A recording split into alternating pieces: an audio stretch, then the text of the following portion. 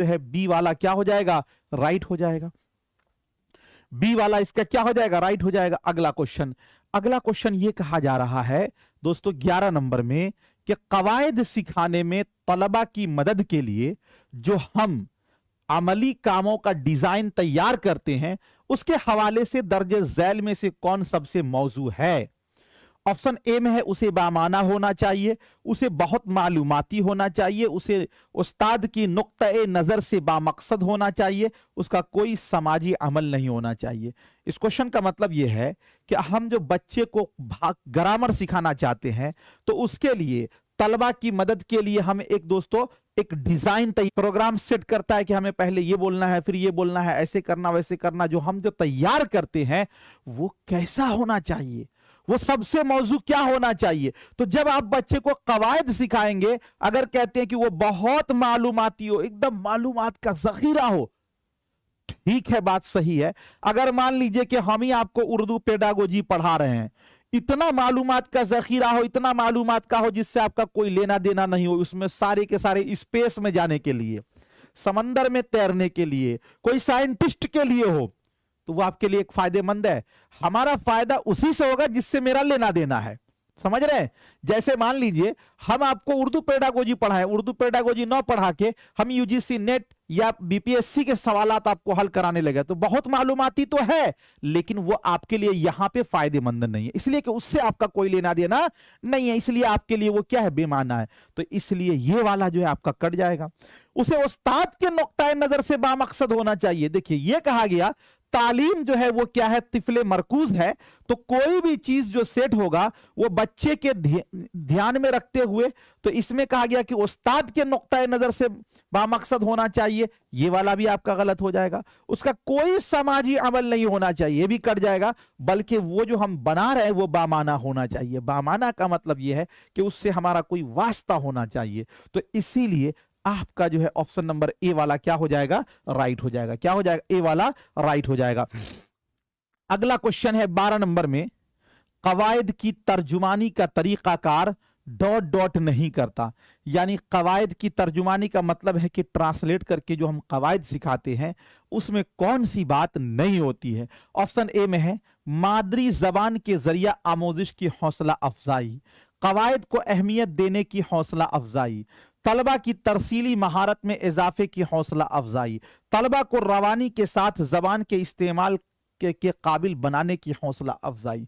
12 number question में सबसे पहले आप ये समझें, हमें ये क्या कहा जा रहा है कि कवायद की तर्जुमानी का तरीक़ाकार डॉट डॉट नहीं करता।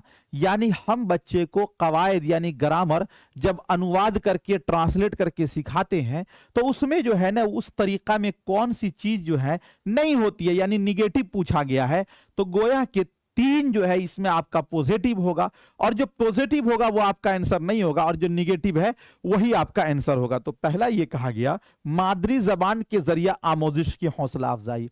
जब आपको कवायद पढ़ाई जाती है तो उसका जो ट्रांसलेट होता है वो आपकी जबान में होती है। जैसे मान लीजिए यहीं पर हम आपको पढ़ाते हैं तो जो भाषा में हम आपको सरलता में समझाते हैं, आसान भाषा में, स्लेस में, वो आपकी जबान में होती है। तो इसलिए ये वाली बात तो बिल्कुल सही है, और जो सही होगा वो गलत होगा, जो इसमें गलत होगा वो सही होगा। कवायद को अहमियत देने की हौसला अफजाई, इसका मतलब ये होता है कि भाई आपको जो मादरी जबान में सिखाई जा रही है वो इसलिए सिखाई जा रही है ताकि आप कवायद को सीख पाएं, तो वो मादरी जबान के जरिया ही सीख पाएं। तो इसीलिए कि कवायद को अहमियत देने की हौसला अफजाई, ये भी सही होगा। तलबा की तरसीली महारत में इजाफे की हौसला अफजाई, तरसीली महारत जो होता है ये दोस्तों होता है रास्त का तरीका, यानी कि जिसमें हम बातचीत करते हैं।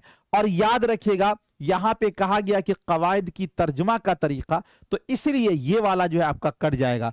तलबा को रवानी के साथ जबान के इस्तेमाल के काबिल बनाने की हौसला अफजाई, ये बिल्कुल आपका ये सही है, लेकिन सी वाला जो है गलत है। इसीलिए इसका जो राइट आंसर होगा वो आपका क्या होगा, ऑप्शन नंबर सी वाला राइट हो जाएगा। ठीक है, अगला क्वेश्चन देखते हैं 13 नंबर में, दर्जे झैल में से कौन दुरुस्त है। यानी ये कहा जा रहा है कि जो 4 स्टेटमेंट है उसमें से कौन सा स्टेटमेंट सही है। ऑप्शन ए में कहा गया कि जबान की क्लास के लिए अच्छा मतन सकाफती एतबार से गराबार होता है। यानी ये कहा गया कि भाषा के क्लास के लिए जो अच्छा पैराग्राफ होगा वो कल्चरल तौर पर क्या होगा, बहुत ही भारी होगा। अच्छा, अच्छे मतनी मवाद को तमाम कवायदी पहलुओं को अपने दायरे में लेना चाहिए। इसका मतलब यह हुआ कि जो अच्छा पैराग्राफ होगा उसमें कवायद के तमाम पहलू होंगे। जबान की क्लास के लिए अच्छा मतन आमोजगारों के लिए दिलचस्प और बामाना होता है। यानी ये कह रहे हैं कि जो भाषा का क्लास है उसके अंदर अच्छा मतन वही है जो बच्चे के लिए दिलचस्प हो और बामाना हो। अभी हमने आपको बताया कि दोस्तों वो जो भी चीज आपके लिए है अगर वो मानादार है यानी उसका आपसे कोई लेना देना है, आपके लिए फायदेमंद है तो फिर वो तो ठीक है, लेकिन अगर उससे आपका कोई लेना देना नहीं तो गलत है। तो इसमें जो सबसे बेस्ट वो यही है कि जबान की क्लास के लिए यानी कि भाषा की कक्षा के लिए अच्छा मतन आमोजगारों यानी अधिगमकर्ता के लिए दिलचस्प और बामाना होता है। बिल्कुल ये वाली बात सही है। तो इसीलिए आपका जो है ऑप्शन नंबर सी वाला क्या हो जाएगा, राइट हो जाएगा। अगला क्वेश्चन, दर्ज झैल में से कौन सा ताउनी अमल पढ़ने से पहले की सरगर्मी है। ताउनी अमल का मतलब होता है कि वो कौन सा सहयोगात्मक कार्य है, यानी कि दोस्तों वो कौन सा हेल्प वाला काम है जो पढ़ने से पहले वाला काम है। पढ़ने से पहले ऑप्शन ए में है मतन को दूसरे अल्फाज में बयान करने का अमल का इस्तेमाल। मान लीजिए कि किसी भी पैराग्राफ को दूसरे अल्फाज में आप कब बयान करेंगे, जब पूरे मुकम्मल पैराग्राफ को पढ़ेंगे तब ना उसको अपने अल्फाज में बयान करेंगे। तो इसीलिए ये वाली बात जो है वो क्या हो जाएगी, गलत हो जाएगी। ये गलत है इसलिए कि पढ़ने से पहले नहीं होता है, ये बाद में होता है। अच्छा, तलबा से मतन की तलखीस बयान करना। तलखीस का मतलब होता है खुलासा, समरी। ये भी कब होता है दोस्तों, किसी भी चीज को जब आप पढ़ते हैं उसके बाद होता है। तो इसलिए ये वाला भी क्या हो जाएगा, कट जाएगा। कवायद की कुल्लियों की तदरीस, लेकिन यहां देखिए पेश गोई के अमल का इस्तेमाल। पेशन गोई यानी किसी भी चीज को करने से पहले जब हम कोई एक्टिविटीज करते हैं तो उसी को कहते हैं पेश गोई। तो इसीलिए इसका जो राइट आंसर होगा वो ऑप्शन नंबर बी, इसलिए कि हमें कहा गया कि पढ़ने से पहले की सरगर्मी। तो दोस्तों 14 नंबर क्वेश्चन का क्या होगा, आपका ऑप्शन नंबर जो है बी वाला आपका राइट हो जाएगा। ठीक है, चलिए वीडियो ध्यान दीजिए, वीडियो नहीं चल रहा है, वीडियो तो चल रहा है।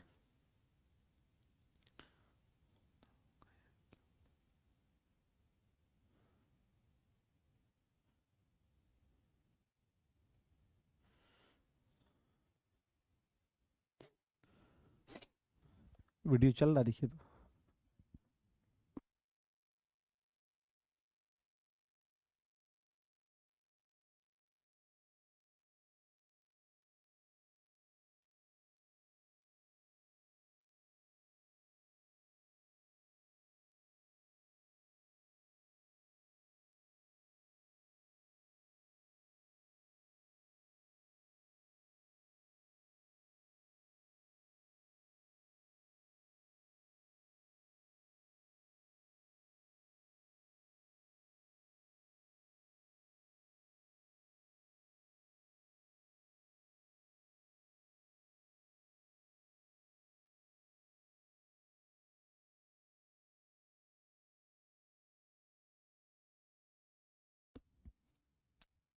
जी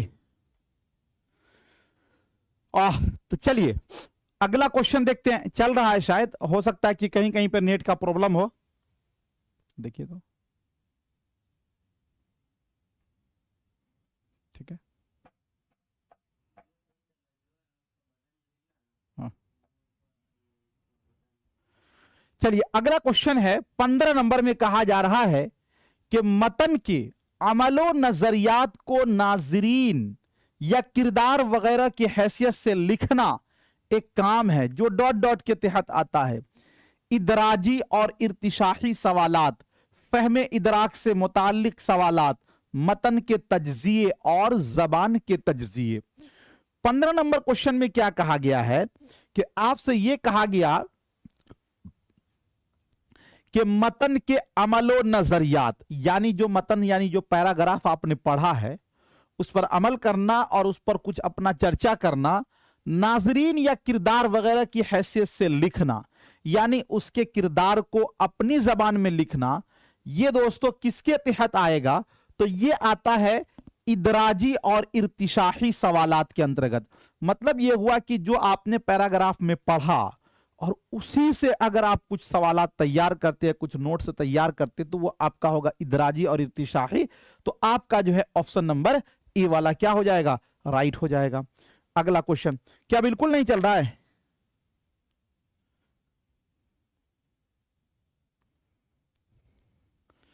वीडियो चल रहा है मेरे भाई?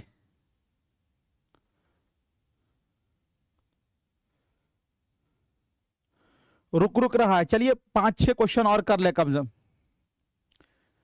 अब यहां एप्लीकेशन पे सब लोग बोल रहे हैं कि ठीक चल रहा है ना? चलिए देखते हैं, ज्यादा नहीं है। अगला क्वेश्चन है कि जबान की क्लास में शायरी, यानी ये कहा जा रहा है कि भाषा की क्लास में। तो भाषा का तो मतलब हुआ कि हमें बोलना आ जाए, हमें बात करना आ जाए, हमें बातों को समझना आ जाए। लेकिन ये कहा जा रहा है कि भाषा की क्लास में जो शायरी है, वो शायरी क्यों कराई जाती है? तो ऑप्शन ए में है, बिल्कुल नसरी मतन के तरह शायरी को भी पढ़ना चाहिए। यानी ये कह रहे हैं कि जिस तरह हम नसर को पढ़ते हैं, नसर का मतलब ये हुआ कि जो किताब में किस्सा कहानी होता है लाइन बाय लाइन, उसी तरह। तो अगर आप उसी तरह शेर को पढ़ेंगे तो कोई मजा नहीं आएगा, इसलिए कि शेर का एक अलग ही मजा होता है, उसको एक शेर के अंदाज में पढ़ना है। तो ये वाली बात क्या हो जाएगी? गलत हो जाएगी। सबसे पहले शायर का मुफस्सल तारुफ और फिर शायरी की तदरीस। आपने कहीं देखा कि किसी शेर को कहने से पहले शायर के बारे में मुकम्मल तौर पे बयान की जाती है? जी नहीं। ये समझने और महफूज होने के लिए होती है। बिल्कुल सही है कि शायरी जो पढ़ते हैं वो दिली सुकून के लिए, समझने के लिए और दोस्तों मजा लुत्फ अंदोज होने के लिए। तो इसीलिए इसका राइट आंसर क्या होगा? ऑप्शन नंबर सी वाला आपका राइट हो जाएगा। क्लियर है? अगला क्वेश्चन है, आपके स्क्रीन पर कहा जा रहा है कि तलबा की जांच के दौरान जबान का उस्ताद डॉट डॉट तलबा के बारे में मालूमात यकजा करता है। यानी जब हम बच्चे की जांच करते हैं, उसका मूल्यांकन करते हैं, तो एक भाषा का जो टीचर है, उस्ताद है, वो दोस्तों किसके बारे में मालूमात यकजा करता है? जैसे मान लीजिए कि हमें बच्चों की जांच करनी है, तो हम किस चीज को जांचेंगे? बच्चे ने कितना याद किया, बच्चे ने कितना समझा, या हम ये जांचेंगे कि इस बच्चे के अंदर समझने की सलाहियत क्या है, कैसी इसके अंदर गुण है, स्किल क्या है? तो पहला यह है, तकनीकी इस्तिलाहात और जबान की मदद से तलबा को फीडबैक फराहम करने के लिए मुतअल्लिमाना और हम मुतअल्लिमाना पहलुओं में मुख्तलिफ तरीक़े-ए-कार और आला कार को बरूए कार लाने के लिए उनकी कारकर्दगी के मुताबिक उन्हें मुमताज, औसत और कमजोर करार देने के लिए जबान की क्लास में तदरीस की ज्यादा इमदादी अशिया के इस्तेमाल के मकसद से। तो दोस्तों 17 नंबर क्वेश्चन को थोड़ा सा आप समझने की कोशिश करें। इसमें यह कहा जा रहा है कि तलबा की जांच के दौरान जबान का उस्ताद यानी कि भाषा का शिक्षक डॉट डॉट तलबा के बारे में मालूमात यकजा करता